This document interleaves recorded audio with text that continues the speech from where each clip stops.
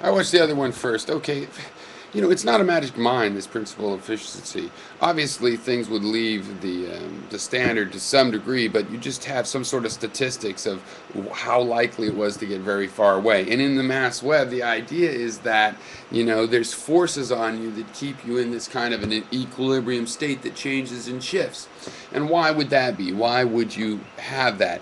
Not a magic mind. It's more like why a pile of sand is the shape it is. Not one more grain of sand falls off than necessitated by the gravity imposed on it, or in an atmosphere, the wind imposed on it, and so forth. It's not. It doesn't take a mind. We figured that out. Some of us, at least, have figured out we want to not assume it needs a mind to happen. Well, you showed that great microengineering. Well, I see. You don't count if some animal is made of that kind of microengineering, like that every animal has these things and has developed poisons and all kinds of special chemicals. That won't count. It has to be with hands, right? That's part of your criteria. The main thing that you lack is none of these other things, not the principle of efficiency. It's that you have no way to measure. You have not stated. Superlative to uh, what? Oh, an advantage. Oh, to what? To survive. Oh, but you don't want to use the principles of evolution. Okay, even though that's what that's called. So, okay, so what is the thing that's survived the most? Right? The most biomass, the most individual organisms, the most fired neurons, the most sweeter foods rather than harder foods, the most time in the sun, the most stress. You have to say that.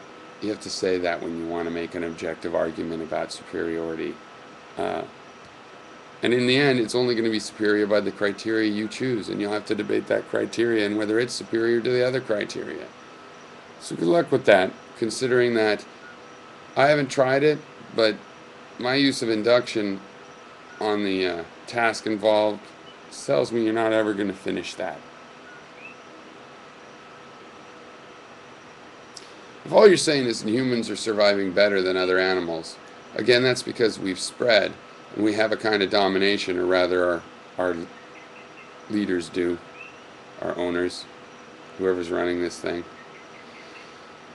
But we haven't really done too well. I mean, considering there's enough supplies on the planet for everybody to live pretty comfortable, and most people are in abject poverty.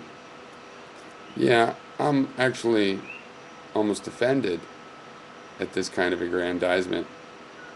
I suppose it's why I'm tolerant of someone like Gary, though I'm no pessimist like that.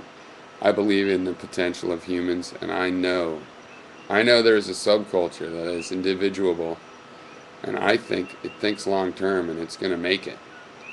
And that's called optimism. But don't jinx it.